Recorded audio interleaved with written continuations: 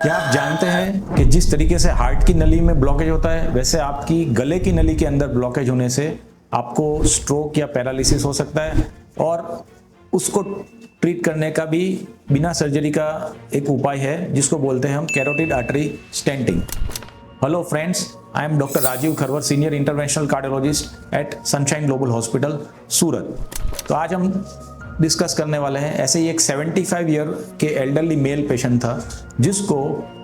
Left sided उसको paralysis का effect आ गया था माइनर, जो विद इन 24 आवर इम्प्रूव हो गया।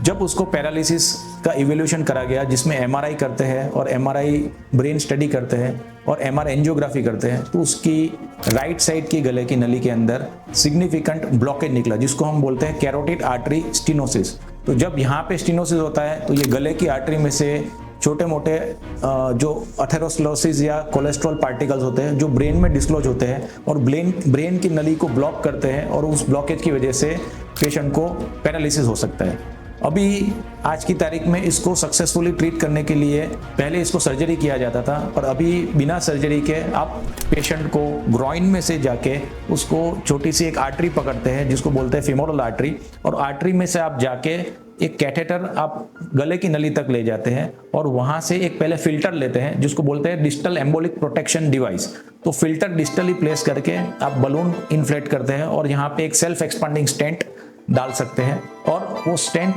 डालने के बाद आप फिल्टर और वायर निकाल देते हैं और यहाँ की गले की नली को आप सक्सेसफुली बलून स्टेंट करके उसको ट्रीट कर सकते हैं। तो ऐसे ही एक पेशेंट हमारे पास था जिसको मैंने आपको बताया।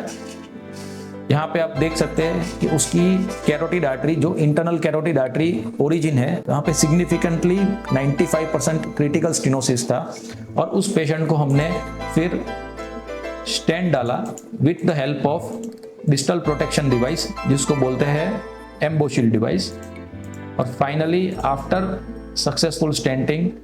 आप देख सकते हैं कि उसको कंप्लीट रिलीफ हो चुका था। ये पूरा प्रोसीजर लोकल एनेस्थेसिया के अंदर होता है, बिना कोई सर्जरी के होता है, और patient generally 3rd day post operative day discharge कर देते हैं। Thank you.